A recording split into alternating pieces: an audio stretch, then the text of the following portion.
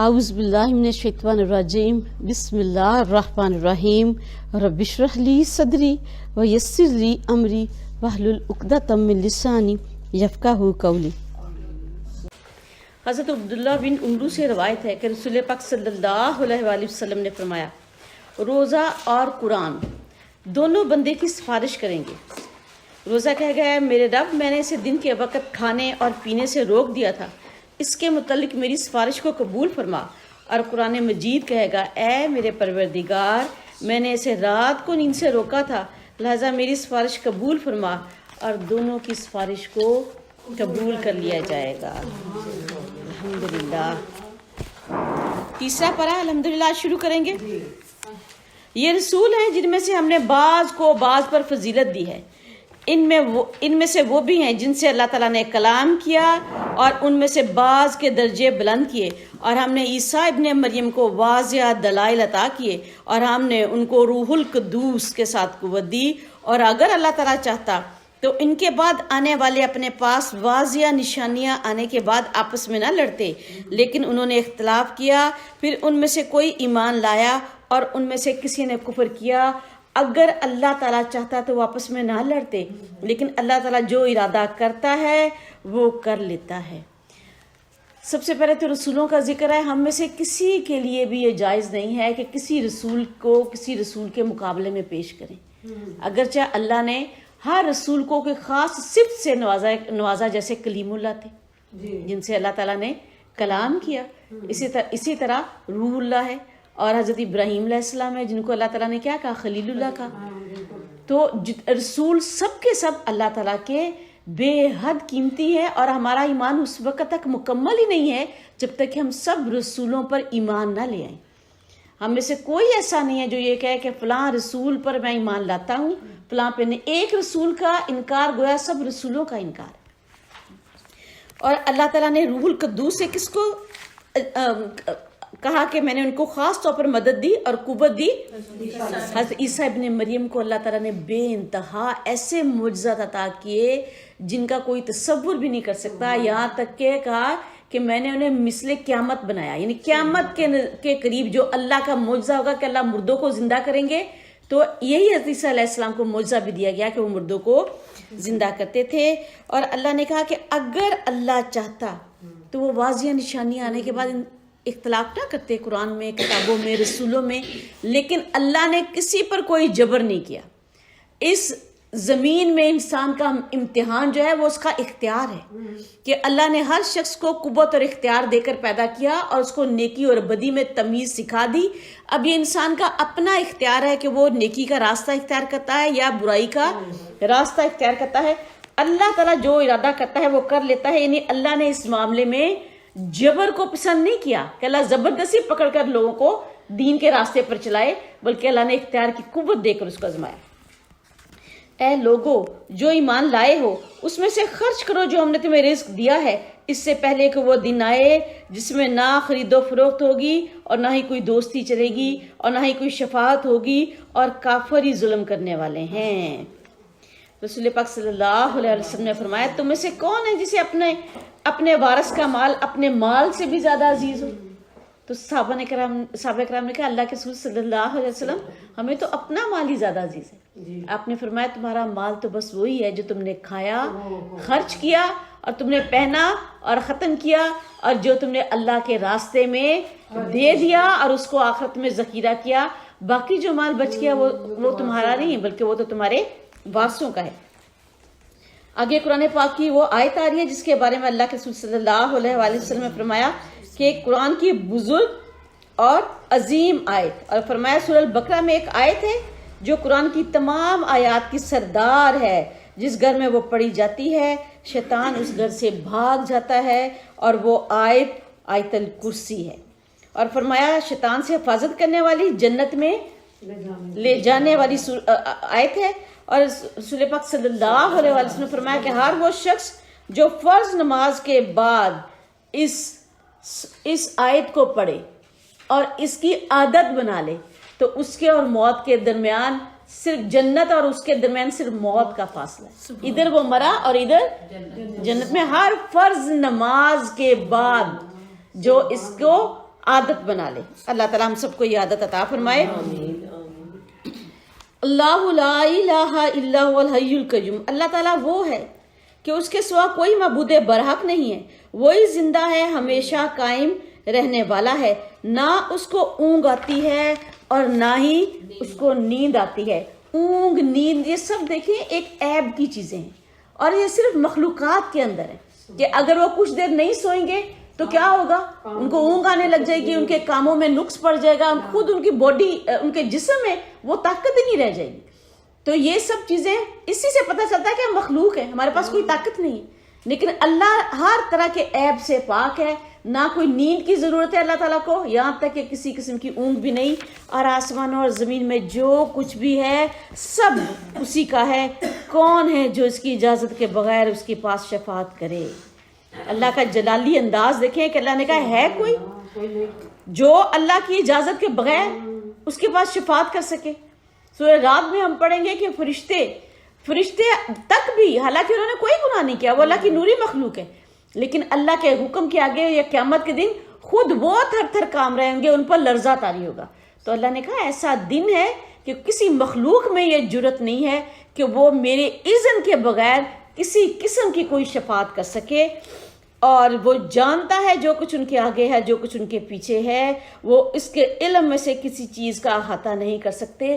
کوئی شخص ایسا نہیں ہے جو اللہ کو یہ بتائے کہ اللہ اس بندے کے حق میں میری سفارش قبول کر کہ مجھے اس کے بارے میں پتا ہے کہ یہ بڑا اچھا ہے, یا اس نے یہ خوبیاں کی ہیں, یا یہ نیک عمل کیے ہیں. اللہ ہر شخص کو اس کے پیدا ہونے سے پہلے سے بھی جانتا ہے. کل بھی جانتا تھا, کل اس نے کیا کیا, اور آگے وہ کل کیا کرے گا اس کا نہ اس کو پتا ہے, لیکن اللہ اس سے بھی باخبر.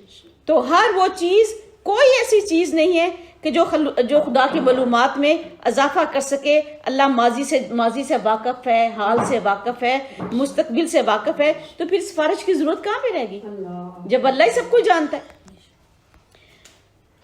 اور وہ اس کے علم میں سے کسی چیز کا بھی احاطہ نہیں کر سکتے مگر اس کا جو وہ چاہے. اگر اللہ نے اپنی مخلوق کو کچھ علم دیا ہے تو اتنا ہی علم ہے جتنا اللہ نے چاہا, مگر اللہ کے پاس حقیقی علم ہے, اور کوئی مخلوق اللہ کے علم میں کوئی اضافہ نہیں کر سکتے کہ وہ اللہ کو کسی قسم کی کوئی اطلاع دے, کسی قسم کی کوئی معلومات عطا فرمائے.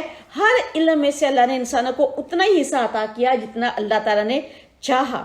اور اس کی کرسی نے آسمانوں اور زمین کو گھیر رکھا ہے, اور ان دونوں کی حفاظت اسے نہیں تھکاتی. وہی سب سے بلند ہے, عظمت والا ہے. زمین و آسمان کی حفاظت اللہ تعالیٰ کو کوئی تھکانے والی چیز نہیں. آپ دیکھیں حفاظت ایک ایسی چیز ہے جس میں ہر شخص تھک جاتا ہے, ہر مخلوق تھک جاتی ہے. کسی چیز کی آپ نے حفاظت کرنی ہو, اس کی فکر آپ کو سونے نہیں دیتی. آپ کیا کیا کر لیں گے اس کی حفاظت کے لیے, ایک تھکا دینے والا پروسیجر ہے. اور زمین و آسمان کو دیکھیں, صحراؤں کو دیکھیں, سمندروں کو دیکھیں, جنگلات کو دیکھیں, اللہ کی مخلوقات کو دیکھیں. اتنی مخلوقات جن سے ہم کسی کے چند سے بھی واقف نہیں, لیکن اللہ ہر مخلوق کی حفاظت کرتا ہے, زمین و آسمان کی حفاظت کرتا ہے. اور کوئی چیز ایسی نہیں ہے جو اللہ تعالیٰ کو تھکا دے. اور وہی سب سے بلند ہے, سب سے عظمت والا ہے. دین میں کسی قسم کی کوئی زبردستی نہیں ہے. تحقیق ہدایت گمراہی سے واضح ہو چکی ہے. پھر جو طاغوت کے ساتھ کفر کرے اور اللہ تعالیٰ پر ایمان لائے تو تحقیق اس نے مضبوط کڑے کو تھام لیا جس نے کبھی ٹوٹنا نہیں. اور اللہ تعالیٰ خوب سننے والا ہے, سب کچھ جاننے والا ہے. دین میں کسی قسم کی کوئی زبردستی نہیں ہے. مشرکین اکثر کہتے تھے کہ اگر اللہ چاہتا تو ہم کسی قسم کا کوئی کفر نہ کرتے, اگر اللہ چاہتا تو ہم بھی دیندار ہوتے, اگر اللہ چاہتا تو ہم اسلام کو قبول کرتے. تو اللہ تعالیٰ نے کیا کہا کہ اللہ نے کسی جبر کو دین کے معاملے میں پسند نہیں کیا کہ زبردستی کسی کو دین میں داخل کرے, بلکہ اختیار کی قوت دی اور ہدایت اور گمراہی کو بالکل واضح کر دیا. اور وہ واضح کیسے کیا؟ قرآن کے ذریعے, رسولوں کے ذریعے, وحی کے ذریعے ہدایت کو گمراہی سے الگ کر دیا. اس کے باوجود جو طاغوت کو اختیار کرے تو اس نے اپنے لیے کفر کو پسند کر لیا. اور جس نے طاغوت سے کفر کیا, طاغوت کا انکار کر دیا اور اللہ کے ہاتھ میں اپنا ہاتھ دے دیا, تو اللہ نے کہا اس نے ایک ایسا مضبوط کڑا تھام لیا جو کبھی بھی نہیں ٹوٹے گا. اور اللہ کے رسول صلی اللہ علیہ وآلہ وسلم نے فرمایا تمام کنڈوں میں سب سے مضبوط کنڈا تقویٰ کا ہے، ایسا سہارا جو کبھی ٹوٹنے والا نہیں. تقویٰ جس نے اختیار کیا اس نے گویا اپنا ہاتھ اللہ کے ہاتھ میں دے دیا. اور اللہ تعالیٰ ان کا دوست ہے جو ایمان لائے اور وہ ان کو تاریکیوں سے نکال کر روشنیوں کی طرف لاتا ہے. اور جن لوگوں نے کفر کیا ان کے دوست طاغوت ہیں، وہ ان کو روشنیوں سے نکال کر تاریکیوں کی طرف لے جاتے ہیں. یہی آگ والے ہیں اور یہی اس میں ہمیشہ رہنے والے ہیں. اللہ کن کا دوست ہے؟ جنہوں نے اپنے اختیار سے ایمان کو اختیار کیا اور اللہ ان کی مدد کرتا ہے. اور جو اللہ کے راستے میں کوشش کرتے ہیں تو اللہ ان کی مدد کیسے کرتا ہے کہ اللہ ان کو ہر طرح کی تاریکیوں سے، جہالت سے، گمراہیوں سے، بے دینی سے، برے رسم و رواج سے، بغض سے، کینہ سے، حسد سے، شہوت، ہر طرح کی تاریکیاں جتنی بھی اس دنیا میں چھائی ہوئی ہیں جو کہ حق کا راستہ روکتی ہیں، اللہ ان سب سے اس کو نکالتا ہے اور اس کو اپنے نور کی طرف لے کر آتا ہے. یہاں دیکھیں نور کو اللہ تعالیٰ نے واحد کے صیغے میں استعمال کیا. نور واحد کا صیغہ استعمال ہوا، جبکہ ظلمات جو ہے وہ جمع کا صیغہ استعمال ہوا کہ تاریکیاں تو بے انتہا ہے اور قیامت تک اس میں مسلسل اضافہ ہی ہوتا چلا جائے گا. لیکن نور ایک ہے جو ان سب تاریکیوں کو دھو دینے والا ہے، باطل کو باطل، واضح طور پر باطل بنانے والا ہے. اور وہ نور کیا ہے؟ قرآن. کہ قرآن ہر تاریکی اور ہر ظلمت کی پہچان دے گا کہ یہ گمراہی کا راستہ ہے اور یہ اللہ کا راستہ ہے. کیا تم نے اس شخص کو نہیں دیکھا جس نے ابراہیم سے اس کے رب کے بارے میں جھگڑا کیا؟ کیونکہ اللہ تعالیٰ نے اسے بادشاہت دی تھی. جب ابراہیم نے کہا میرا رب وہ ہے جو زندہ کرتا ہے اور مارتا ہے، اس نے کہا میں بھی زندہ کرتا ہوں اور میں بھی مارتا ہوں. ابراہیم نے کہا پھر یقیناً اللہ تعالیٰ سورج کو مشرق سے نکالتا ہے تو تم اس کو مغرب سے نکال کر لے آؤ. تو وہ حیران رہ گیا، وہ جس نے کفر کیا تھا، اور اللہ تعالیٰ ظالم قوم کو ہدایت نہیں دیتا. یہ کنعان کا بادشاہ نمرود تھا. اور اللہ کیسا دوست ہے، آپ یہ دیکھیں کہ اللہ کیسی کیسی مثالیں، کیسا کیسا نور انسان کے ذہن میں اللہ روشن کرتا ہے. کہ انہوں نے کہا کہ حضرت ابراہیم نے کہا میرا رب وہ ہے جو زندہ کرتا ہے اور مارتا ہے. اب اس جاہل نے کیا کیا؟ اس نے کہا میرے پاس بھی یہ قوت ہے. اس نے ایک شخص کو بلایا جسے پھانسی کی سزا ہوئی تھی، اس کو کہا میں نے تمہیں چھوڑ دیا، جاؤ تم زندہ ہو. اور ایک شخص جو بالکل بیچارہ بے گناہ تھا اس کو پکڑ کر قتل کر دیا، کہا لو مجھے کون روکنے والا ہے. دیکھیں کیسی ظلمات تھی، کیسے اندھیرے تھے کہ اس اتنی سی عقل کی بات اس کی سمجھ میں نہیں آئی. حضرت ابراہیم علیہ السلام کو اللہ نے کیسے نور عطا کیا کہ اس کے بعد جو انہوں نے مثال دی، انہوں نے کہا اچھا پھر اللہ وہ ہے جو سورج کو مشرق سے نکالتا ہے، اور اگر تو اللہ ہے تو پھر مشرق سے اس کو غروب کر اور مغرب سے اس کو نکال کر دکھا. ظاہری بات ہے ایسا کوئی بھی نہیں کر سکتا. اور دیکھیں کہ اس نے جس نے کفر کیا تھا وہ حیران رہ گیا. یہ دلیل فوراً اس کے دل نے قبول کر لی، فوراً اس کے ذہن میں پتہ، اس نے پہچان لیا کہ واقعی اللہ وہی ہے. لیکن جو دلیل کو قبول نہیں کرتے، حق کے مقابلے میں سرکشی کرتے ہیں، تو پھر اللہ ایسے ظالموں کو کیا ہدایت دے. یا اس شخص کی طرح جو ایک بستی پر سے گزرا جو اپنی چھتوں پر اوندھی پڑی تھی، اس نے کہا اس کے ہلاک ہونے کے بعد اللہ تعالیٰ اس کو کیسے زندہ کرے گا. پھر اللہ تعالیٰ نے اس کو 100 برس تک کے لیے موت دے دی، پھر اس کو زندہ کیا اور پوچھا تم کتنا عرصہ اس حالت میں رہے؟ اس نے کہا میں 1 دن یا اس کا کچھ حصہ رہا. تو اللہ نے فرمایا بلکہ تم تو 100 برس تک اسی حالت میں رہے. پھر اپنے کھانے اور پینے کی طرف دیکھو، وہ بالکل بھی خراب نہیں ہوا، اور اپنے گدھے کی طرف دیکھو اور تاکہ ہم تمہیں لوگوں کے لیے نشانی بنا دیں، اور ہڈیوں کی طرف دیکھو کیسے ہم ان کے ڈھانچے کو کھڑا کرتے ہیں، پھر ان پر گوشت چڑھاتے ہیں. پھر جب معاملہ اس کے لیے حق اس کے لیے بالکل واضح ہو گیا تو اس نے کہا میں جانتا ہوں بلا شبہ اللہ تعالیٰ ہر چیز پر پوری قدرت رکھنے والا ہے. یہ حضرت عزیر علیہ السلام تھے، بخت نصر عراق کا بادشاہ تھا. اس نے فلسطین پر حملہ کیا اور 6 لاکھ یہودی اس وقت قتل کر دیا اور 6 لاکھ کو قیدی بنا کر لے گیا. اور اس نے فلسطین کی اینٹ سے اینٹ بجا دی، یہاں تک کہ یروشلم کو بھی تباہ و برباد کر دیا اور توریت کو بھی اس نے تباہ کر دیا. تو حضرت عزیر علیہ السلام وہاں سے گزرے اور بستی بالکل خالی، کچھ بھی نہیں تھا اس میں. ہر ایک کو مرد عورت بچے سب کو غلام بنا کر، کچھ کو قتل کر گیا، کچھ باقیوں کو غلام بنا کر اسے زنجیروں کے ساتھ باندھا اور ہانک کر لے گیا. انہوں نے کہا کہ اللہ کہتا ہے کہ میں بستیوں کو زندہ کرنے والا ہوں، بھلا ایسی اجڑی ہوئی بستی کو اللہ کیسے زندہ کرے گا، کیسے آباد ہوگا؟ تو اللہ تعالیٰ نے اس کو نشانی بنانے کے لیے منتخب کیا، اور اللہ نے ان کو کتنی برس کے لیے سلا دیا؟ 100 برس کے لیے. آپ دیکھیں جب وہ اٹھے ان سے پوچھا گیا کتنی دیر تک تم سو رہے؟ انہوں نے کہا 1 دن یا اس کا کچھ حصہ. عالم برزخ بھی بالکل ایسا ہی ہوگا. جب ہم ہزاروں کروڑوں سال تک سو کر بھی جو قیامت کے دن اٹھے گا تو اس کو کیا لگے گا کہ جیسے وہ 1 دن یا 1 دن کا کچھ حصہ سویا ہے. سورہ کہف میں بھی ہم یہی پڑھتے ہیں کہ وہ کتنے 100 سال سوئے رہے، اور جب وہ اٹھے تو انہوں نے کیا کہا کہ ہم 1 دن یا 1 دن کے کچھ حصہ ہی سوئے ہیں. تو مرنے کے بعد جب اٹھیں گے تو بالکل یہی فیل ہوگا. تو انہوں نے بھی یہی کہا. تو اللہ تعالیٰ نے کہا کہ ذرا دیکھو تو صحیح اپنے کھانے پینے کی طرف اور اپنے گدھے کی طرف. اور اللہ نے ان کو نشانی بنانے کے لیے کیسے منتخب کیا کہ حضرت عزیر علیہ السلام کو جب وہ سوئے تو اس وقت ان کو وہ توریت کے عالم تھے، توریت ان کو زبانی یاد تھی، لیکن وقت نصر نے ہر چیز جب تباہ برباد کی تو اصل توریت کو بھی برباد کر دیا. اور جب ابراہیم نے کہا اے ہمارے رب مجھے دکھا تو مردوں کو کیسے زندہ کرتا ہے، اللہ تعالیٰ نے فرمایا کیا بھلا تو ایمان نہیں رکھتا؟ تو اس نے کہا کیوں نہیں، مگر اس لیے کہ میرا دل مطمئن ہو جائے. فرمایا پھر پرندوں میں سے 4 پکڑ کر انہیں اپنے سے مانوس کر لو، پھر ان میں سے ایک حصہ ہر پہاڑ پر رکھ کر ان کو بلاؤ، وہ تمہاری طرف دوڑتے ہوئے چلے آئیں گے، اور جان لو کہ یقین اللہ تعالیٰ غالب ہے، حکمت والا ہے.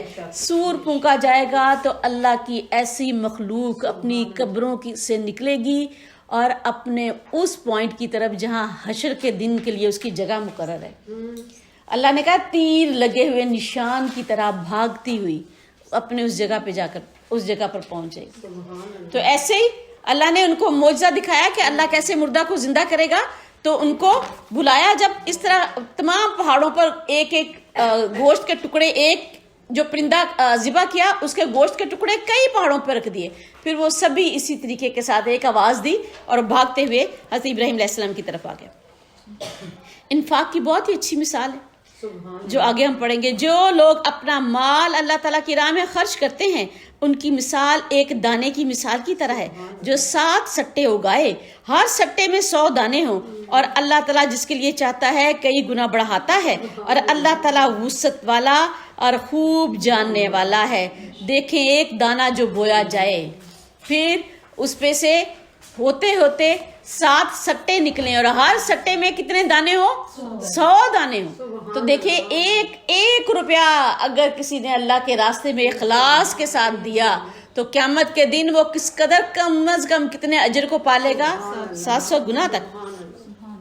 وہ لوگ جو اپنے مال اللہ تعالیٰ کی راہ میں خرچ کرتے ہیں پھر جو انہوں نے خرچ کیا اس کے پیچھے نہ وہ احسان جتلاتے ہیں اور نہ تکلیف دیتے ہیں تو ان کا اجر ان کے رب کے پاس محفوظ ہے، اور ان کے لیے نہ کوئی خوف ہوگا اور نہ ہی وہ غمگین ہوں گے. صدقے کی قبولیت کی جو شرائط ہیں وہ اللہ نے واضح طور پر بیان کر دی. ایک اخلاص کے ساتھ اللہ تعالیٰ کی رضا کے لیے دیا جائے، پھر نہ تو اس کے ساتھ کوئی احسان جتلایا جائے، نہ کوئی تانا دے کر کوئی بات کر کے جس کو دی گئی ہے اس کو تکلیف دی جائے. صرف تانے اور بات سے نہیں ہے، لوگوں کے سامنے دیکھ کر بھی تکلیف دی جاتی ہے، کسی کی عزت نفس مجروح کر کے بھی دی جاتی ہے. اگر آپ لائنیں لگوا کر دیں گے یا اس طرح سے دیں گے کہ سب لوگ دیکھیں کہ یہ بندہ مجھ سے لے کے گیا ہے ضرورت مند، تو ظاہری بات ہے اس کے لیے تو تکلیف کا ہی مقام ہے نا. تو اگر صدقہ دیتے ہوئے 2 چیزوں سے آپ بچ گئے، اخلاص کے ساتھ دیا، تکلیف نہیں دی، اذیت نہیں دی اور احسان نہیں جتلایا، تو اللہ کی راہ میں وہ قبول ہو گیا. اور فرمایا نہ موت کے وقت کوئی خوف ہوگا اور نہ ہی وہ خوف ہوتا ہے مستقبل کا اور غم ہوتا ہے حال کا. بھلی بات کہنا اور درگزر کرنا اس صدقے سے بہتر ہے جس کے پیچھے تکلیف ہو، اور اللہ تعالیٰ بے نیاز ہے، اللہ تعالیٰ تحمل والا ہے. اللہ کو تمہارے صدقوں کی کوئی ضرورت نہیں ہے، یہ تو تم اپنے لیے دے رہے ہو. اور بعض اوقات صدقہ ثواب کی بجائے گناہ بن جاتا ہے. کیوں؟ اس کے ساتھ اذیت اور تکلیف آپ نے شامل کر لی. تو کہا کہ اگر صدقہ نہیں دے سکتے تو بھلی بات کہنا، درگزر کرنا کہ کسی نے آ کے مانگا ہے، اس نے ناگواری آپ کو دے دی ہے، یا کسی غلط طریقے کے ساتھ بھی مانگا ہے، یا آپ کو کوئی تکلیف بھی پہنچائی ہے، تو پھر بھی اس پر کیا کرنا ہے؟ اس کے برے اخلاق پر بھی صبر کرو اور اس کو دعائیہ کلمات دے کر رخصت کرو، لیکن اس کو کوئی تکلیف نہ دو. یہ بہتر ہے کہ بے شک تم صدقہ نہیں دے سکتے نہ دو. دعائیہ کلمات کیا ہو سکتے ہیں کہ اللہ تمہارا بھلا کرے، اللہ تمہاری ضرورت پوری کرے، میں نہیں کر سکتا، میری کوئی مجبوری ہے یا میری ایسی پوزیشن نہیں ہے، لیکن میری دعا ہے کہ اللہ تعالیٰ تمہارے لیے خیر اور بھلائی کرے. ہر لحاظ سے اگر مانگنے والا برے اخلاق پر بھی اتر آئے تب بھی اس پر تحمل کا مظاہرہ کریں. اے لوگوں جو ایمان لائے ہو، اپنے صدقات احسان جتلانے اور تکلیف دینے کے ساتھ ضائع نہ کرو، اور اس شخص کی طرح نہ ہو جاؤ جو اپنا مال لوگوں کو دکھانے کے لیے خرچ کرتا ہے اور اللہ تعالیٰ اور آخرت کے دن پر ایمان نہیں رکھتا.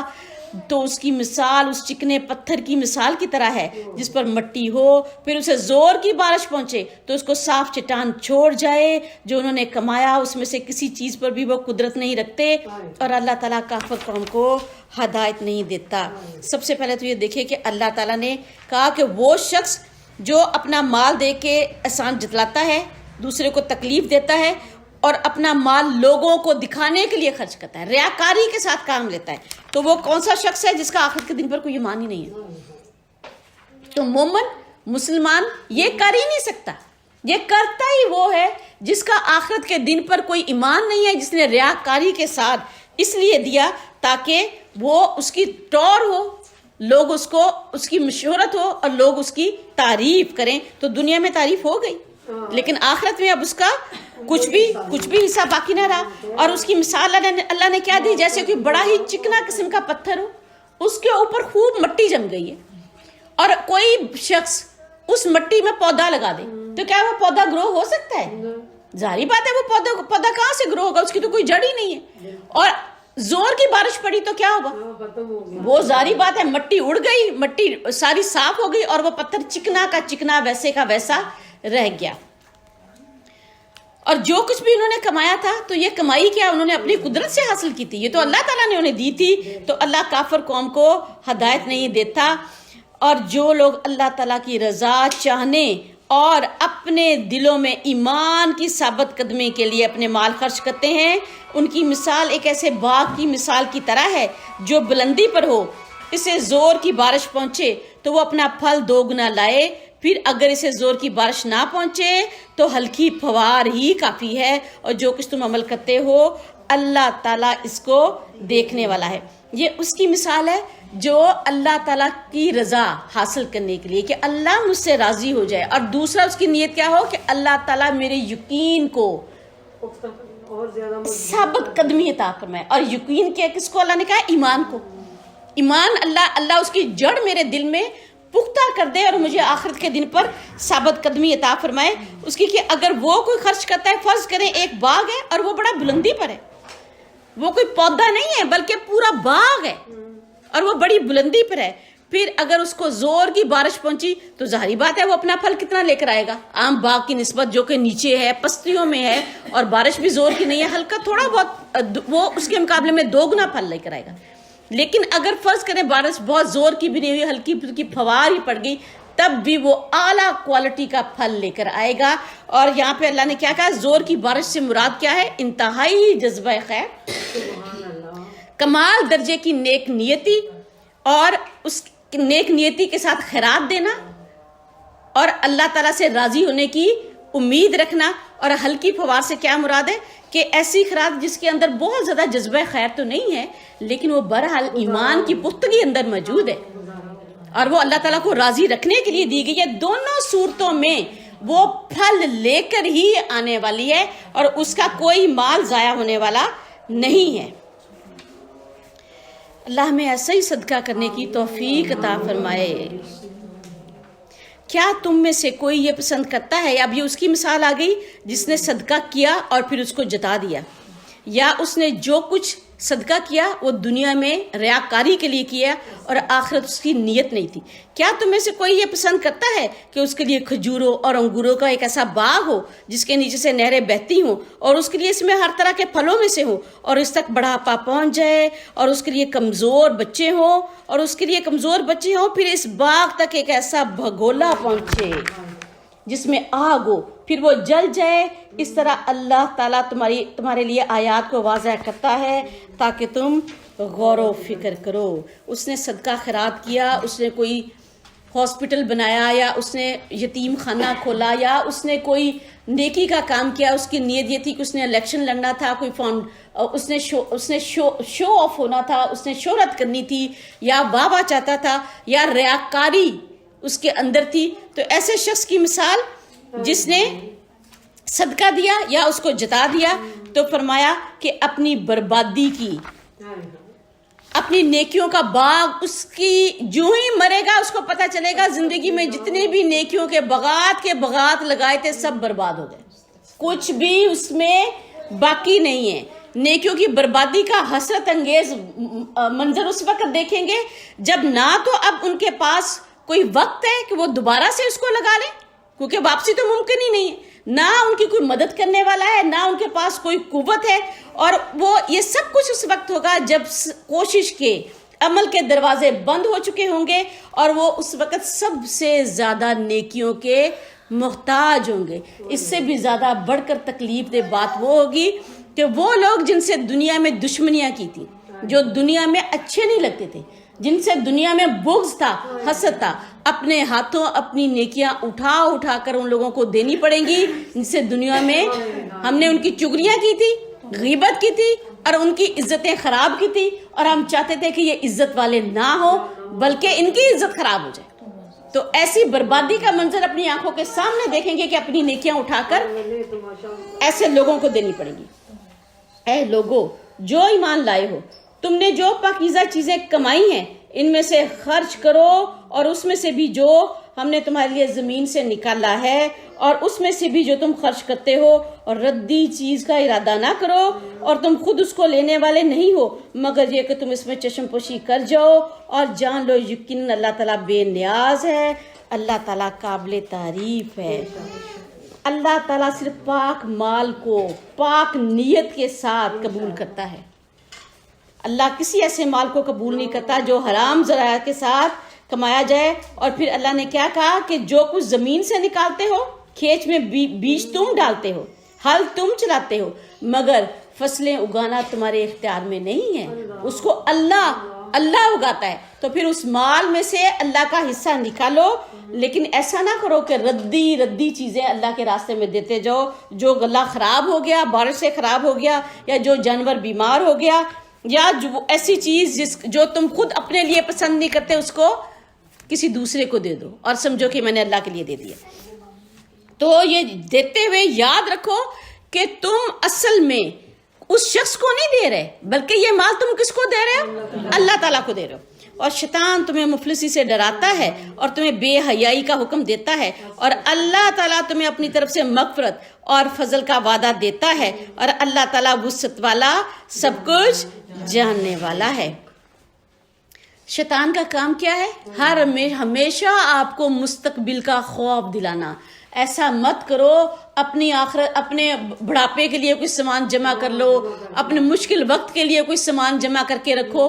اللہ نے کہا وہ تمہیں مفلسی سے ہر وقت ڈرائے گا کہ اللہ کے راستے میں خرچ نہ کرو, پتہ نہیں کل کیا ہو. اللہ تمہیں اپنا فضل عطا فرماتا ہے کہ جو اللہ آج تمہارے ساتھ کھڑا ہے وہی اللہ کل تمہارے ساتھ کھڑا ہوگا. ہر وہ جس کو چاہتا ہے حکمت عطا کرتا ہے, اور جس کو حکمت عطا کی گئی تو تحقیق اس کو بہت بھلائی دے دی گئی, اور عقل والے ہی نصیحت حاصل کرتے ہیں. آپ یہ دیکھیں کہ اللہ تعالیٰ نے یہاں حکمت کس کو کہا ہے؟ اللہ کے راستے میں خرچ کرنے کو.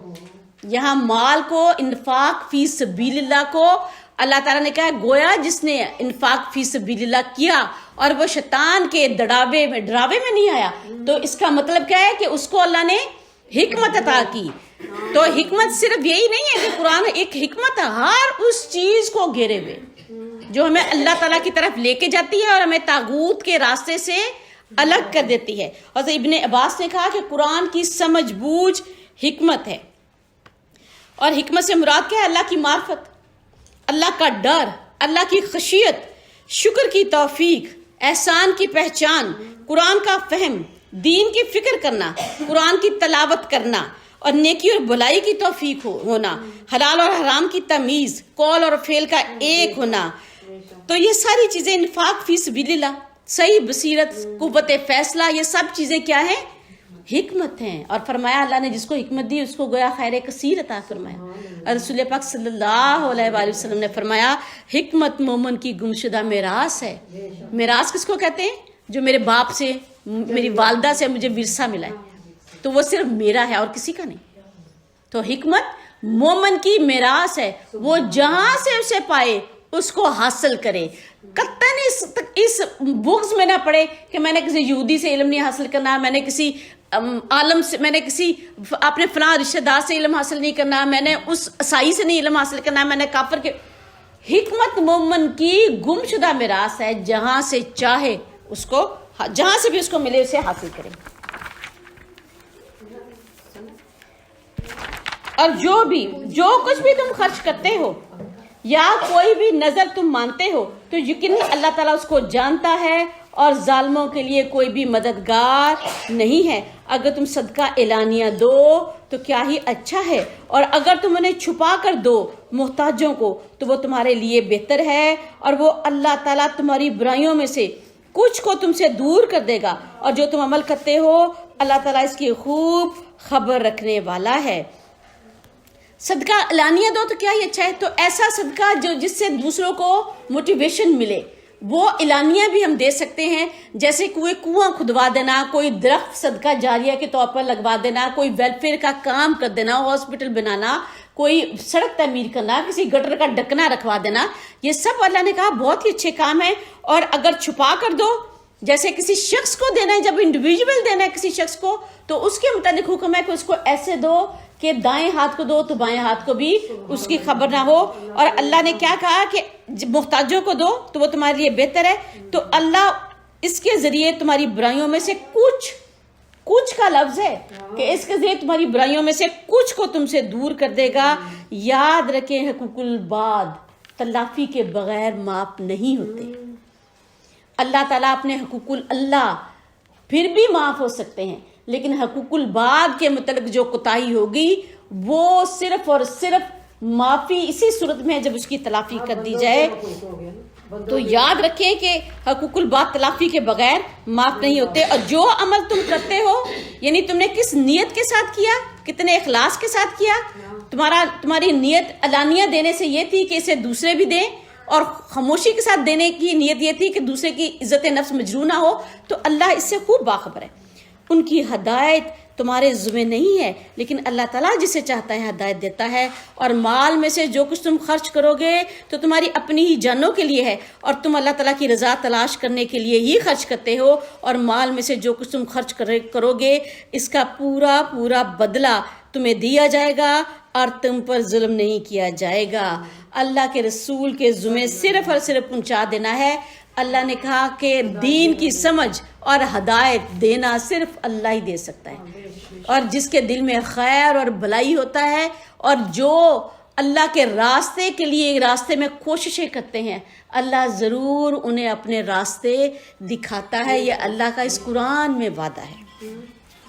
صدقات ان ضرورت مندوں کے لیے ہیں جو اللہ تعالیٰ کے راستے میں روکے گئے ہیں. وہ زمین میں چلنے پھرنے کی استطاعت نہیں رکھتے. نہ واقف آدمی ان کے نہ مانگنے کی وجہ سے انہیں مالدار سمجھ لیتا ہے. آپ انہیں ان کے چہرے کی علامت سے پہچان لو گے. وہ لوگوں سے چمٹ کر نہیں مانگتے، اور مال میں سے جو بھی تم خرچ کرو گے تو یقیناً اللہ تعالیٰ اس کو جاننے والا ہے.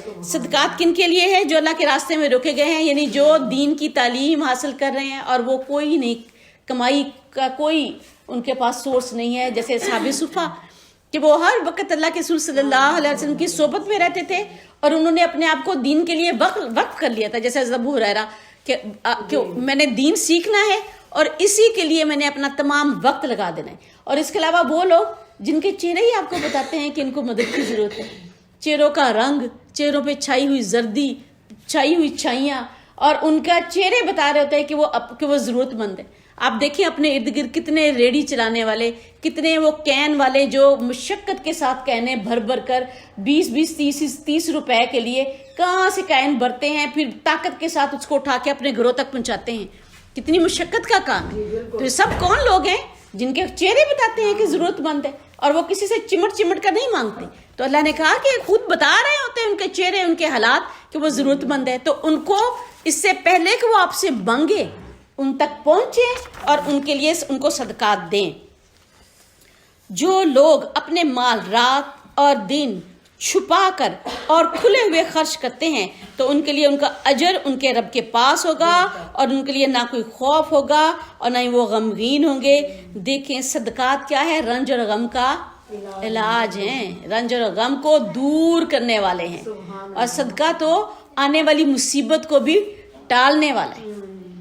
اور اللہ کے رسول صلی اللہ علیہ وآلہ وسلم نے فرمایا قیامت کے دن تمام لوگ جب تک کہ حساب کتاب شروع نہیں ہو جائے گا ہر شخص اپنے صدقے کے سائے تلے ہوگا. جتنا صدقہ دیا ہوگا اتنی اس کا سایہ گہرا ہوگا, جتنا صدقہ دیا ہوگا اتنا ہی وہ دھوپ سے جب سورج صبح نیزے پر ہوگا اور مشقت کا دن ہوگا تو وہ اس کے سائے میں ہوگا. جو لوگ سود کھاتے ہیں وہ اس شخص کی طرح کھڑے ہوں گے جسے شیطان نے چھو کر دیوانہ بنا دیا ہو. ایسا اس وجہ سے ہوگا کہ یقیناً انہوں نے کہا یقیناً تجارت سود جیسی چیز ہے, حالانکہ اللہ تعالیٰ نے تجارت کو حلال کیا ہے اور سود کو حرام کیا ہے. پھر جس کے پاس اس کے رب کی طرف سے کوئی نصیحت آ جائے پھر وہ باز آ جائے تو جو گزر چکا وہ اس کے لیے ہے اور اس کا معاملہ اللہ کے حوالے ہے. سود جو کھاتے ہیں اللہ نے کہا قیامت کے دن اللہ تعالیٰ کے سامنے کیسے کھڑے ہوں گے, خبتی, جیسے کہتے ہیں نا اس کو جن چمڑ گئے ہیں. آپ نے کبھی ایسے شخص کو دیکھا ہوگا جس کے متعلق کہا جائے کہ اس کو تو جن چمڑ گئے. تو اللہ نے کہا ایسا مخبوط الحواس ہو جائیں گے کہ اللہ کے سامنے اس طرح انہیں پیش کیا جائے گا. کیوں؟ سود کے پیچھے دیوانہ ہوا پھرتا تھا اور یہ نہیں دیکھتا تھا کہ کتنے لوگ اس کے اس لالچ کی وجہ سے, پیسے کی ہرس کی وجہ سے بدحال ہو چکے ہیں, بلکہ لوگوں کی بدحالیوں پر اپنی خوشحالی خرید رہا تھا. اور آخرت میں اللہ تعالیٰ اس کو ایسے اٹھائے گا جیسے جس حالت میں اس نے دنیا میں مخبوط الحواس شخص کی طرح کہ دنیا میں صرف اور صرف پیسے کے لالچ میں پڑا ہوا تھا. اس کو اس بات کی کوئی غرض نہیں تھی کہ کس طریقے کے ساتھ میں نے لوگوں کا خون نچوڑا ہے. اور سود کیا ہے؟ قرض پر نفع کا مطالبہ کرنا. ایک شخص ضرورت مند ہے, اس کو پیسے کی ضرورت ہے, وہ کسی شخص کے پاس جاتا ہے, وہ حقدار تو اس بات کا ہے کہ اس کو قرض دے دیا جائے, لیکن وہ کیا دوسرا اس کو کیا کہے گا کہ میں تمہیں قرض تو دیتا ہوں لیکن میں اس پر نفع لوں گا. میں تمہیں 1,00,000 روپے دیتا ہوں لیکن میں تم سے لوں گا کتنا؟ 1,25,000. چاہے وہ کسی بھی مقصد کے لیے کہے. تو یہ کیا ہے؟ یہ سود ہے. سود کا معاملہ کیسے ہوتا ہے کہ ایک فریق کا سود لینے والے کا فائدہ ہے اور جو سود لے رہا ہے اس کا نقصان ہے. اور دیکھیں کہ جو بھی شخص کوئی کاروبار کرتا ہے, کوئی کسی قسم کی بھی کوئی محنت کرتا ہے, ایفرٹ کرتا ہے, تجارت میں کوئی مال لگاتا ہے, کوئی صنعت کرتا ہے, کوئی کھیتوں میں ہل چلاتا ہے, جو کام بھی وہ زندگی میں کرتا ہے اس کے لیے چانسز ہوتے ہیں کہ اس میں اس کو فائدہ بھی ہو سکتا ہے, اس میں اس کو نقصان بھی ہو سکتا ہے. ایون یہاں تک کہ کسان کھیتوں میں ہل چلاتا ہے, اس کو نہیں پتا کہ کل کو بارش ہوگی اس کی ساری فصل خراب ہو جائے گی. اس کی ساری محنت, اس کا سارا روپے ایک رزق پر لگا ہوا ہے. جو تجارت کر رہا ہے شخص, اس کو نہیں پتا میں دکانداری پہ میں نے یہ سودا ڈالا ہے, یہ مال لے کر آیا ہوں, ہو سکتا ہے مجھ سے دھوکا ہو جائے, مال خراب نکلے, یا میرا وہ بکے نہ, یا کم بکے, یا کسی قسم کا کوئی نقصان ہو جائے, ایون چوری ہو جائے. ہر تجارت, ہر صنعت, ہر زراعت میں نقصان کا خدشہ بھی اسی طرح ہے جیسے نفع کا. لیکن ایک واحد سود خور ایسا ہے جس کا مال محفوظ ہے, اس کو کوئی نقصان نہیں. اس نے کہا دوسرا ڈوبتا ہے ڈوب جائے, مرتا ہے مر جائے, میں نے 1,00,000 دیا, مجھے 1,25,000 چاہیے. تو ایسا شخص, اسی لیے اللہ تعالیٰ نے سود کھانے والے پر لعنت ڈالی ہے. اور یہاں پہ دیکھیں اللہ تعالیٰ نے یہ نہیں کہا کہ سود جس نے کھا لیا اللہ اسے معاف کر دے گا, بلکہ اللہ نے کہا کہ جو کچھ پہلے ہو چکا, جس کے پاس اس کے رب کی طرف سے نصیحت آ گئی ہے, پھر وہ اگر باز آ جائے, جو گزر چکا وہ اس کے لیے ہے اور اس کا معاملہ اب اللہ تعالیٰ کے حوالے ہے. ایسا نہیں کہا اللہ اس کو معاف کر دے گا, بلکہ اللہ دیکھے گا کہ اس نے لوگوں کے ساتھ کیسا معاملات کیے. کیا واقعی اخلاص نیت کے ساتھ سارے سود کو معاف کر دیا؟ کیا واقعی کسی قسم کی تلافی کرنے کی وہ پوزیشن میں تھا اور اس نے وہ تلافی کی یا نہیں کی؟ اس طرح اس کا معاملہ اللہ کے حوالے ہو گیا. اور جو دوبارہ سود کھائیں تو وہی لوگ آگ والے ہیں، اس میں ہمیشہ رہنے والے ہیں. اللہ سود کو مٹاتا ہے اور صدقات کو نشوونما دیتا ہے، اور اللہ تعالیٰ کسی ناشکر گناہ گار کو پسند نہیں کرتا. سود کھانے والا ناشکرا بھی ہے، سود کھانے والا گناہ گار بھی ہے. اللہ سود کو کیسے مٹاتا ہے کہ سود کھانے والے کے اندر بخل پیدا ہو جاتا ہے، خود غرضی پیدا ہو جاتی ہے، تنگ دلی پیدا ہوتی ہے، سنگ دلی پیدا ہوتی ہے، اور یہ چیزیں اخلاقی روحانی طور پر اس کو تباہ و برباد کر دیتی ہیں، اس کے ایمان کو برباد کر دیتی ہیں. اور صدقہ دینے والے کو اللہ تعالیٰ کیا عطا فرماتا ہے؟ اللہ تعالیٰ اس کے دل میں ہمدردی پیدا کرتا ہے، انسانیت عطا فرماتا ہے، فراغ دلی اس کو دیتا ہے، اعلیٰ ظرفی اس کو عطا فرماتا ہے. تو اس کے اندر اخلاقی اور روحانیت کی پرورش ہوتی ہے، اور ایمان کا پودا اس کے اندر گرو کرتا ہے. اس کو کہا کہ سود انسان کی زندگی میں بھی، اس کے عمل میں بھی بے برکتی لاتا ہے، جبکہ صدقہ کسی شخص کی زندگی میں، اس کے عمل میں برکت لاتا ہے. اور اللہ کے رسول صلی اللہ علیہ وآلہ وسلم نے فرمایا جو شخص سود کے ذریعے اپنے مال میں اضافہ کرے گا تو اس کا انجام مال کی قلت ہوگا. یعنی اس کا مال اس کو کبھی بھی پورا نہیں پڑے گا، جتنا مرضی کما لے وہ مال کماتا جائے گا، اس کی ضروریات بڑھتی جائیں گی، ہرس بڑھتی چلی جائے گی، اس کا مال ضائع ہوتا جائے گا. یہ نقصان ہو گیا، وہ نقصان ہو گیا، بیٹے نے اور پیسے مانگ لیے، بیٹی نے مانگ لیے، ادھر سے مطالبہ آ گیا، بیوی کا مطالبہ آ گیا، اور پھر سب سے بڑھ کر اس کے اندر ایسی ہرس لگ جائے گی کہ اس کو کوئی سکون نہیں آئے گا، اور ہو. اس طرح مال کتنا بھی ہوگا اس کے لیے قلیل کا قلیل ہی رہے گا. جبکہ صدقہ دینے والے کو اللہ تعالیٰ قناعت عطا فرمائے گا، اس کو اللہ اس کے مال میں برکت عطا فرمائے گا، اور اللہ تعالیٰ اس کے دل کو اپنے لیے ایمان جب گرو کرے گا تو انسان مشکل حالات میں بھی صبر کر لیتا ہے، کیونکہ آخرت پر اس کا تکیہ ہوتا ہے. اور اللہ کے رسول، اور یہ کیا ہے؟ سارا مال ہی حرام ہے، سود. اور اللہ کے رسول صلی اللہ علیہ وآلہ وسلم نے فرمایا جس نے حرام مال کمایا اور پھر اس نے غلام آزاد کر دیا، حالانکہ غلام آزاد کرنا کتنی بڑی نیکی کا کام ہے. اس نے غلام آزاد کیا یا اس نے اپنے رشتہ داروں کو دیا، اور صلہ رحمی کتنی بڑی نیکی. اندازہ کریں تو وہ اس کے لیے کسی ثواب کا باعث نہیں ہوگا، بلکہ الٹا گناہ کا سبب بنے گا. اللہ حرام مال کو کسی حال میں بھی قبول نہیں کرے گا، چاہے اسے صلہ رحمی کی جائے، چاہے اسے غلام کو آزاد کیا جائے. اے لوگو جو ایمان لائے ہو، اللہ تعالیٰ سے ڈر جاؤ، اور جو سود میں سے باقی رہ گیا اسے چھوڑ دو اگر تم ایمان لانے والے ہو. پھر اگر تم نے یہ نہ کیا تو اللہ تعالیٰ اور اس کے رسول سے جنگ کا اعلان سن لو.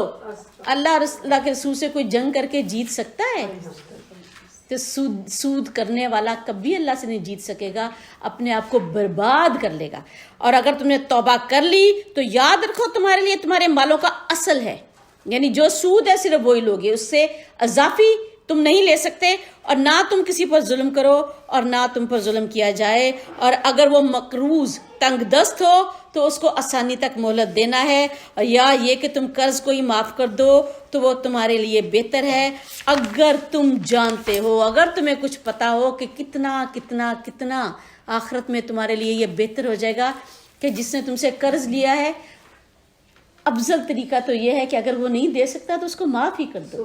لیکن یہ نہیں کر سکتے تو کم از کم کیا کرو، اس کو مہلت دے دو.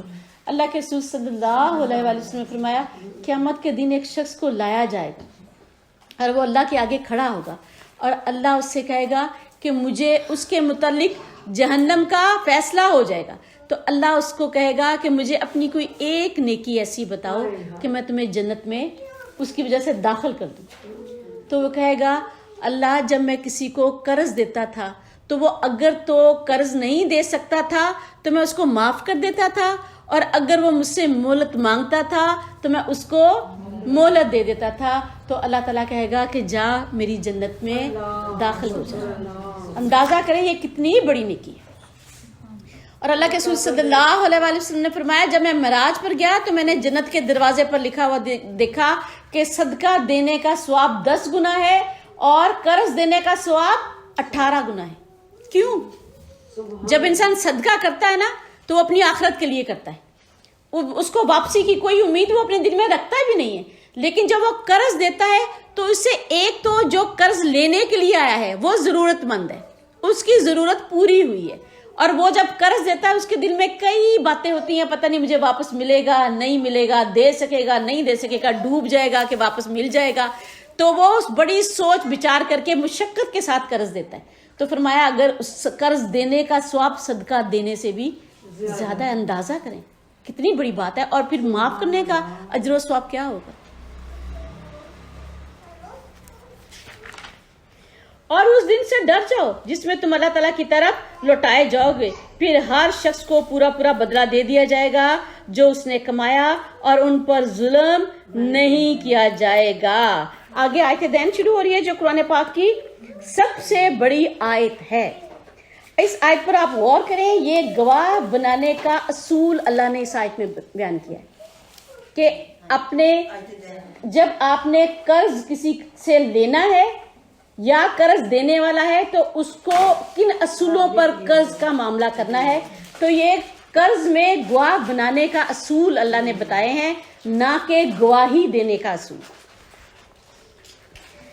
اے لوگوں جو ایمان لائے ہو, جب تم آپس میں ایک مقررہ مدت تک قرض کا معاملہ کرو تو اس کو لکھ لیا کرو, اور لکھنے والے کو چاہیے کہ تمہارے درمیان انصاف کے ساتھ لکھے, اور لکھنے والا لکھنے سے انکار نہ کرے جیسے اللہ تعالیٰ نے اسے لکھنا سکھایا ہے.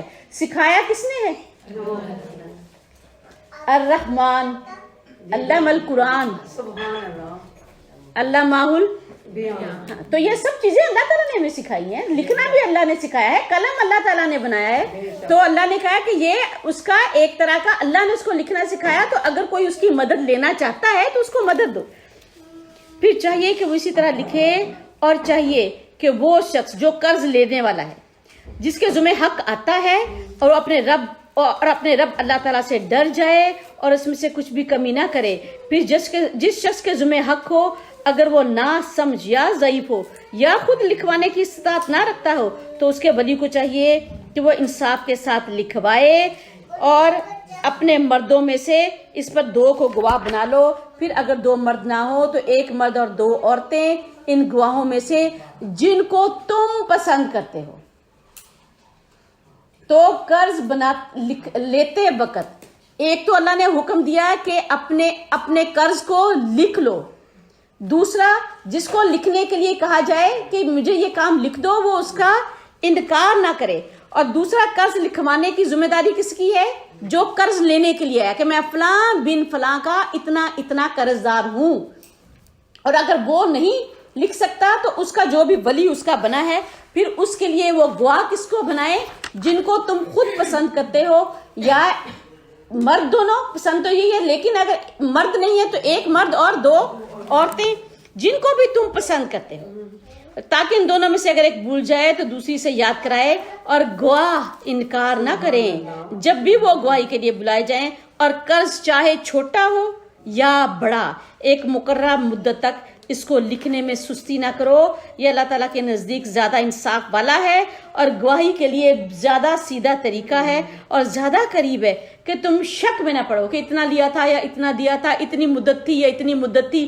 ہر صورت اس کو لکھ لو, مگر یہ کہ نقد تجارت ہو جس کو تم آپس میں لیتے دیتے ہو تو تم پر اس کا گناہ نہ ہوگا کہ تم اس کو نہ لکھو. اور جب تم آپس میں سودا کرو تو گواہ بنا لیا کرو, اور کسی لکھنے والے یا گواہ کو نقصان نہ پہنچایا جائے. یہ وہی سسٹم ہے جس کو آج ہم رسید سسٹم کہتے ہیں. اب ہوتا ہے نا کہ جب ہم کوئی کسی دکاندار سے کوئی سودا لیتے ہیں تو وہ لکھا ہوتا ہے کہ یہ اتنے کا سودا اس نے لیا ہے, اتنا ادھار اس کا باقی ہے, اتنے ٹائم میں اس نے ادا کرنا ہے. تو وہ ایک پورا اس کے اوپر دکاندار کے اوپر اس دکان کا نام, میں نے ایک سوٹ دیا ہے کہ میرا سوٹ بنا دیں, تو وہ اوپر پورا دکان کا نام لکھا ہوگا اس نے اتنے ایڈوانس دے دیے ہیں, اتنے اس نے بقایا دینے ہیں, اور یہ سوٹ اس کا میرے پاس آیا ہے, اتنی مدت میں نے اس کو تیار کر کے دینا ہے. تو یہ وہ رسید سسٹم ہے جو اللہ تعالیٰ نے اس وقت 1400 سال پہلے تاکید کر دی تھی کہ یہ اس طریقے کے ساتھ تجارت کرو. اور اگر تم ایسا کرو گے تو یہ تمہاری طرف سے نافرمانی ہوگی. تو یہ تمہاری طرف سے نافرمانی ہوگی، اور اللہ تعالیٰ سے ڈر جاؤ۔ یہ کن کے متعلق کہا گیا؟ جب تم آپس میں سودا کرو تو گواہ بنا لیا کرو، اور کسی لکھنے والے یا گواہ کو نقصان نہ پہنچایا جائے، اور اگر تم ایسا کرو گے تو یہ تمہاری طرف سے نافرمانی ہوگی، اور اللہ تعالیٰ سے ڈر جاؤ، اور اللہ تعالیٰ تمہیں تعلیم دیتا ہے، اور اللہ تعالیٰ ہر چیز کو خوب جاننے والا ہے۔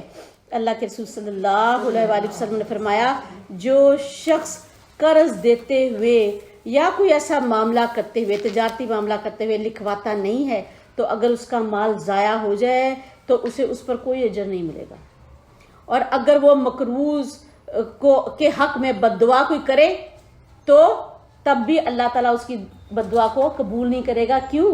اللہ تعالیٰ نے اس کو بہت واضح نصیحت کی تھی، بڑی تاکیدن نصیحت کی تھی کہ اپنے اس تجارتی معاملے کو یا قرض کے لین دین کے معاملے کو اس طرح سے کرو، تو کیوں اللہ کی نصیحت کو اس نے فراموش کر دیا؟ تو اگر فراموش کر دیا ہے تو ٹھیک ہے۔ اور اگر تم سفر میں ہو اور کوئی لکھنے والا نہ پاؤ تو رہن ہے قبضے میں دیا ہوا، یعنی اگر ایسے وقت میں کوئی تم قرض لینا چاہو تو کوئی اپنی چیز امانتاً رکھوا دو۔ پھر اگر تم میں سے کوئی دوسرے پر اعتبار کرے تو چاہیے کہ جس کے پاس امانت رکھوائی گئی ہو وہ اس کو ادا کر دے، اور چاہیے کہ وہ اللہ تعالیٰ سے ڈر جائے جو اس کا رب ہے، اور گواہی کو نہ چھپاؤ۔ جو شخص اس کو چھپائے گا یقیناً اس کا دل گنہگار ہوگا، اور جو کچھ تم عمل کرتے ہو اللہ تعالیٰ اس کو خوب جاننے والا ہے۔ اگر دل ہی گنہگار ہو گیا تو عمل کیا باقی رہ جائے گا؟ اور جو کچھ آسمانوں میں ہے، آخری رکوع شروع ہو گیا ہمارا اللہ کی رحمت سے سورہ بقرہ کا، اور جو کچھ آسمانوں میں ہے اور جو کچھ زمین میں ہے سب اللہ تعالیٰ کے لیے ہے، اور جو کچھ تمہارے دلوں میں ہے تم اس کو ظاہر کرو یا چھپاؤ، اللہ تعالیٰ تو تم سے اس کا حساب لے لے گا، پھر وہ جس کو چاہے گا بخش دے گا اور جس کو چاہے گا عذاب دے گا۔ اللہ تعالیٰ ہر چیز پر پوری قدرت رکھنے والا ہے۔ آگے وہ دعا شروع ہو رہی ہے جس کے متعلق کہا گیا کہ عظیم دعا ہے، اور تمام اس کی فضیلت کیا ہے؟ بے حد و حساب، اور اس فضیلت کے لیے یہی کافی ہے کہ تمام قرآن جو ہے وہ اس زمین پر حجاز مقدس پہ نازل ہوا۔ واحد یہ 2 آیات ہیں جو اللہ تعالیٰ نے معراج کے تحفے کے طور پر دی، یہ دونوں آیات۔ اور یہی نہیں، معراج پہ کیا تحفہ ملا تھا؟ ایک یہ 2 آیات تھی، 5 نمازیں، اور کہا یہ نمازیں 5 مومن پڑھے گا لیکن اس کو ثواب کتنا ہوگا؟ 50 نمازوں کا ثواب ہوگا۔ اور اس کے علاوہ کیا تحفہ ملا تھا اللہ کے رسول صلی اللہ علیہ وسلم کی امت کو؟ کہ آپ کی امت کا ہر وہ شخص جو اشہد ان لا الہ الا اللہ و اشہد ان محمد عبدہ و رسولہ پر پکا ایمان لائے گا، آخر کار دوزخ سے وہ نکال لیا جائے گا۔ یا میرے پروردگار اپنی رحمت کے ساتھ ہمیں اس کی توفیق عطا فرما کہ اس عظیم دعا کی برکتیں ہمیں حاصل ہوں۔ رسول ایمان لایا ہے اس چیز پر جو اس کے رب کی طرف سے اس پر نازل کی گئی ہے، اور ایمان والے بھی اس پر ایمان لائے ہیں۔ سبھی اللہ تعالیٰ اس کے فرشتوں، اس کی کتابوں اور اس کے رسولوں پر ایمان لائے ہیں، اور اس کے رسولوں میں سے ہم کسی ایک کے درمیان بھی فرق نہیں کرتے۔ اللہ کے رسول اور ان پر ایمان لانے کے متعلق مومن کسی تعصب میں مبتلا نہیں ہوتا، جیسے یہود اور نصارہ تعصب اور بغض میں مبتلا ہوئے کہ ہم اس رسول پر تو ایمان لائیں گے مگر ہم اس رسول پر ایمان نہیں لائیں گے۔ تو اگر ایک رسول پر بھی ایمان لانے سے انکار کیا تو گویا سارے رسولوں کا انکار کر دیا۔ تو اللہ نے کہا کہ مومن جو ہے ایسے ہی ایمان لاتے ہیں جیسے اس سے پہلے، جیسے اللہ تعالیٰ اس کے فرشتوں، اس کی کتابوں اور اس کے رسولوں پر ایمان لائیں جیسے محمد صلی اللہ علیہ وآلہ وسلم والے۔ اور انہوں نے کہا ہم نے سنا اور ہم نے اطاعت کی، اے ہمارے رب ہم تیری بخشش کے طلبگار ہیں اور تیری طرف لوٹ کر جانا ہے۔ ہم نے کیا کیا؟ سمعنا و اطعنا، بس ہم نے سن لیا۔ تو اس کے بعد اللہ ہم آپ کے فرما بردار ہو گئے اور ہم آپ کی بخشش کے طلبگار ہیں اور تیری طرف لوٹ کر ہمیں جانا ہے۔ اللہ تعالیٰ کسی نفس کو تکلیف نہیں دیتا مگر اس کی وسعت کے مطابق۔ جو ذمہ داریاں اللہ نے دین کے معاملے میں دی ہیں، جو ان 5 نمازیں اللہ نے فرض کی ہیں، جو 1 مہینے کے روزے فرض کیے ہیں، جو زکوٰۃ کا معاملہ فرض کیا ہے، صاحب حیثیت پر حج فرض کیا ہے، کسی شخص پر کوئی ذمہ داری اللہ تعالیٰ نے اس کی وسعت سے زیادہ نہیں ڈالی، نہ کسی پر اس کی وسعت سے زیادہ آزمائشیں۔ تو اللہ تعالیٰ کسی شخص پر بھی کسی نفس کو تکلیف نہیں دیتا مگر اس کی وسعت کے مطابق. جس نے نیکی کمائی اس کی جزا اس کے لیے ہے اور جس نے برائی کمائی تو اس کا وبال بھی اسی پر ہوگا. یاد رکھ لیں عمل سے زندگی بنتی ہے, جنت بھی جہنم بھی. یہ حقی اپنی فطرت میں نہ نوری ہے نہ ناری. نہ اللہ نے کسی کو جہنمی بنا کر بھیجا ہے نہ اللہ نے کسی کو جنتی بنا کر بھیجا ہے. انسان کا عمل ہے جو اس کو جنتی بنائے گا, انسان کا عمل ہے جو اس کو جہنمی بنائے گا. آگے عظیم دعا ہے جو اللہ کے نیک روحوں نے, اللہ کے نیک بندوں نے, اللہ کے رسولوں نے اللہ سے مانگی.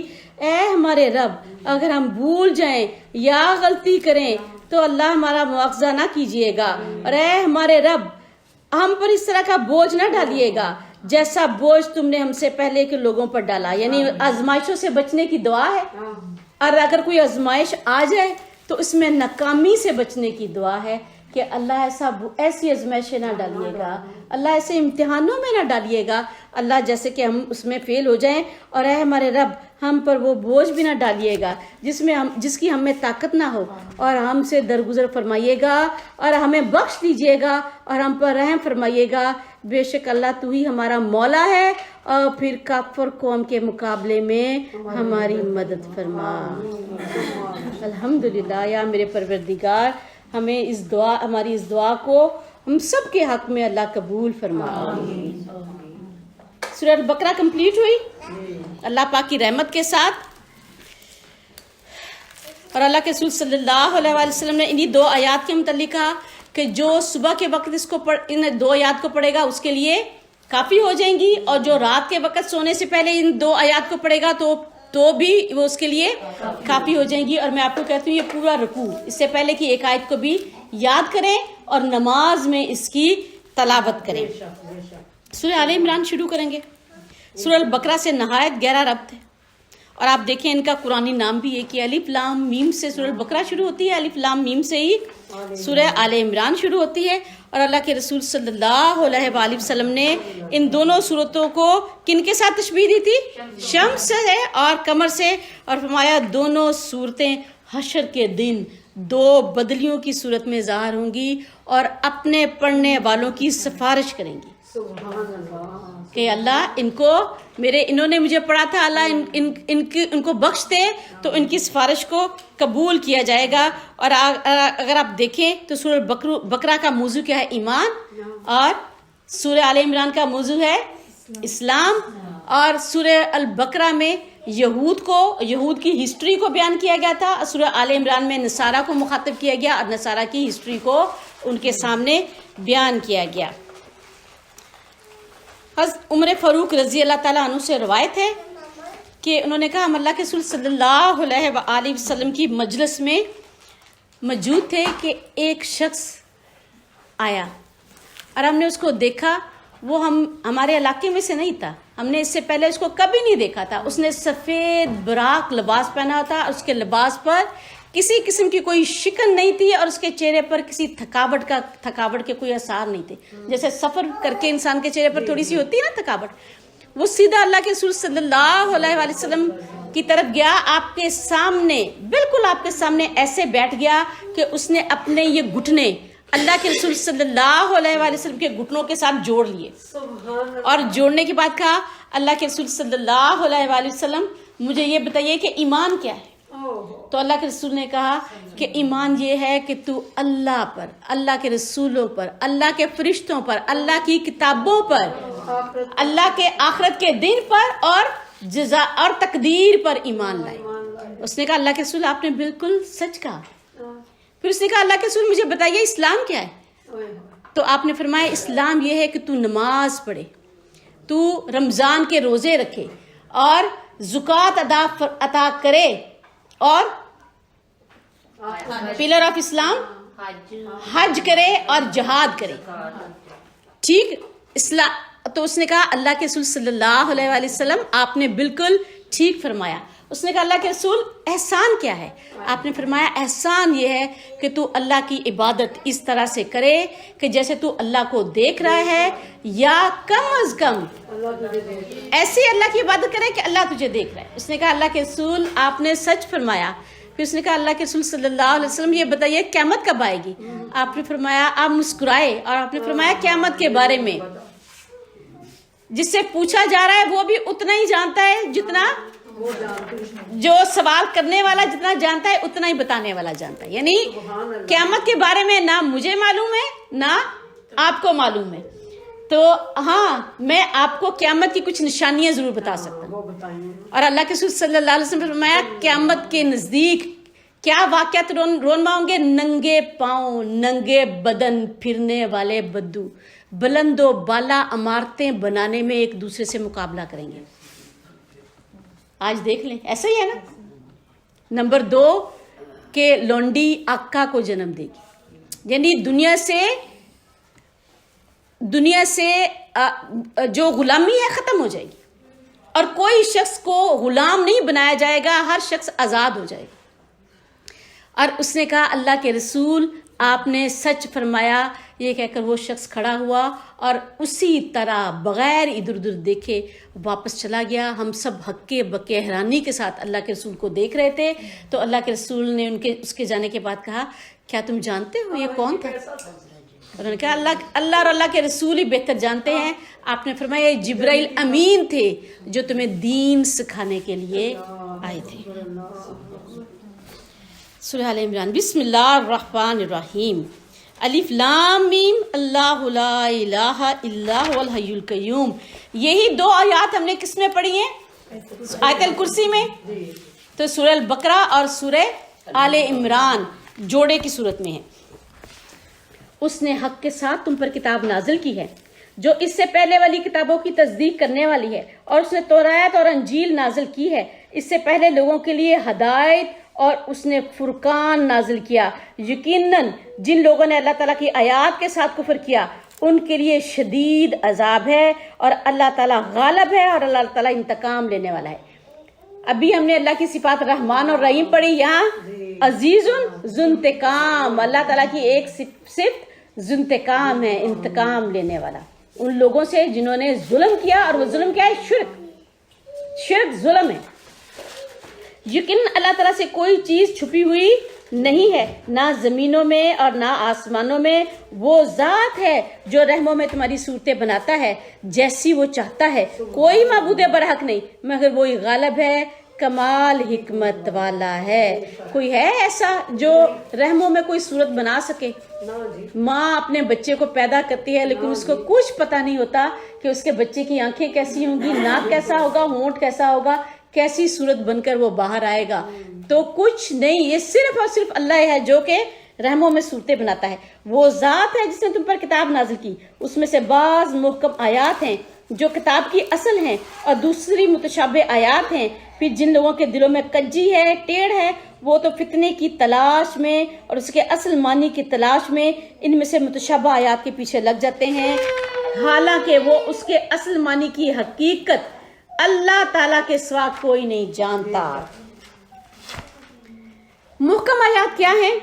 اس میں وہ تمام چیزیں جو کہ دین کے طور پر ہم پر عملی طور پر ثابت ہے، جیسے نماز، روزہ، زکوٰۃ، حج. یہ ساری اللہ تعالیٰ کی صدقہ، خیرات، نیکی، بلائی، خیر، یہ سب محکم آیات ہیں جو کہ بنیادی طور پر کتاب کی اصل ہیں، یعنی دین یہی ہے. اور متشابہ آیات جن پر ایمان لانا لازم ہے مگر ہم اس کو اپنی عقل سے نہیں سمجھ سکتے، جیسے اللہ تعالیٰ کا ہاتھ، اللہ تعالیٰ کی کرسی، عرش، میزان، جیسے جنت، جیسے دوزخ، جیسے فرشتے.